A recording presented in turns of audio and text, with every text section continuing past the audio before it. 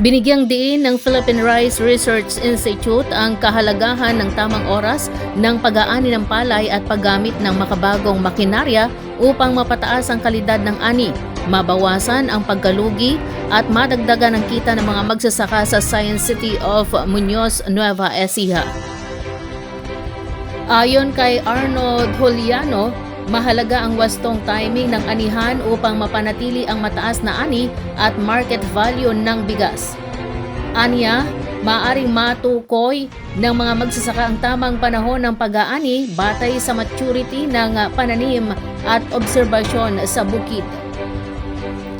Paliwanag ni Juliano, karaniwang indikasyon ng kahandaan sa pag-aani ay kapag ang karamihan sa mga uhay ay nagiging kulay gintong dilaw. Inirekomendaan niya ang pag-aani sa 85 hanggang 70% maturity kung mano-mano at 70 hanggang 100% naman kung gagamit ng combine harvester. Ipiliwanag din niya na ang mas maagang pag-aani sa manual method ay nakatutulong upang maiwasan ang pagkalagas ng butil dulot ng paulit-ulit na paghawak, habang ang paggamit ng combine harvester ay mas epektibo dahil agad nitong napuproseso ang ani. Nagbabala naman si Juliano na ang maagang pag-aani ay nagre-resulta sa hilaw na butil na nagpapababa sa milling recovery at presyo, habang ang huling pag-aani ay naglalantad sa pananim sa peste, matinding init, pagbagsak ng palay at malamig na temperatura sa gabi na nagdudulot ng pagkabitak ng butil. Upang matiyak ang tamang oras ng pag-aani, inirekomenda rin ang paggamit ng grain moisture meter. Dapat aniyang nasa 18 hanggang 21% ang moisture content sa tag-init at 20 hanggang 25% naman sa tag-ulan upang masiguro ang magandang kalidad ng ani. Dagdag pa ni Juliano, mas mapapababa ang gastusin sa pag-aani sa paggamit ng combine harvester mula sa karaniwang 15% ng kabuang gastos sa manual harvesting ay bumababa sa 8 hanggang 10%. Malaki rin ang nababawa sa lakas at paggawa dahil mula sa 20 manggagawa kada ektarya ay nagiging isang operator na lamang ang kailangan, habang kaya pang mag-ani ng hanggang 4 na ektarya sa loob ng isang araw. Nakatutulong din ito upang agad maani ang palay, lalo na kung may paparating na bagyo. Patuloy namang isinusulong ng PhilRice ang paggamit ng makabagong teknolohiya at tamang pamamaraan sa pagsasaka upang mapalakas ang produksyon, mabawasan ang pagkalugi at mapanatili ang seguridad sa pagkain sa bansa. Nagliyab ang isang kolong-kolong habang bumibiyahe sa Barangay Soledad, Santa Rosa, Nueva Ecija matapos umanong magkaroon ng maliit na usok na nauwi sa sunog na pinaniniwala ang nagmula sa electrical wiring ng sasakyan. Batay sa paunang ulat, may kargang mga kariton na nakatakdang ibenta ang nasabing kolong-kolong nang bigla itong umusok habang nasa kalsada. Agad namang nakaramdam ng panganib ang mga sakay kaya't mabilis silang kumilos upang maiwasan ang paglala ng sitwasyon.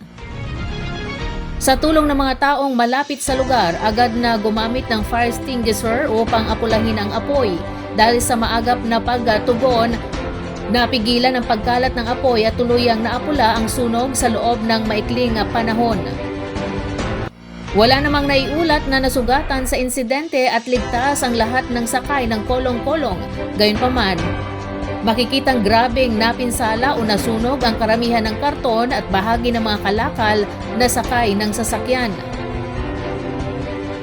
Sa kasalukuyan, patuloy pang nagsasagawa ng imbestigasyon ang mga otoridad upang matukoy ang eksaktong sanhi ng insidente at maiwasan ang kahalintulad na pangyayari sa hinaharap.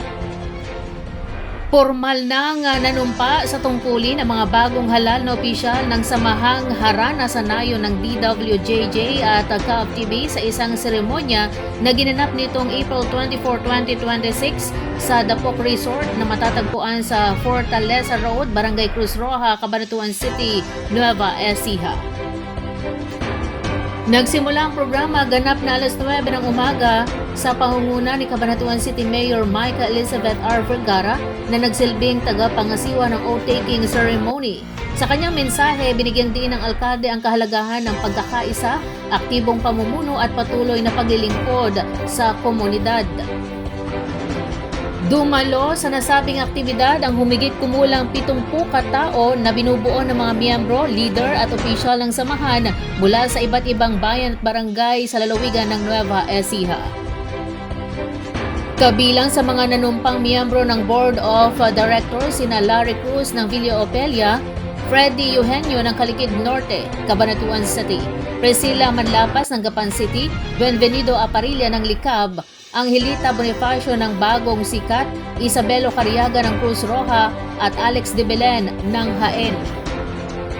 Samantala, ang mga bagong halal na opisyal ng samahan ay pinamumunuan ni Pangulong Aurelio Cariaga ng Bagong Sikat, katuwang si Pangalawang Pangulo Armando Lahom ng Santa Rosa.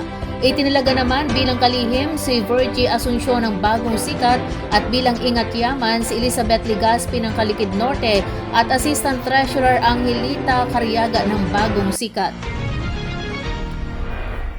Ang iba pang opisyal ay kinabibilangan ni na Antonino Santamaria ng Adwas bilang Auditor, Guillermo Reyes ng Cruz Roja bilang Bookkeeper, Vilma Aquino ng San Jose Sur bilang Public Relations Officer at Vanji Ligaspi ng Imelda District bilang Encoder.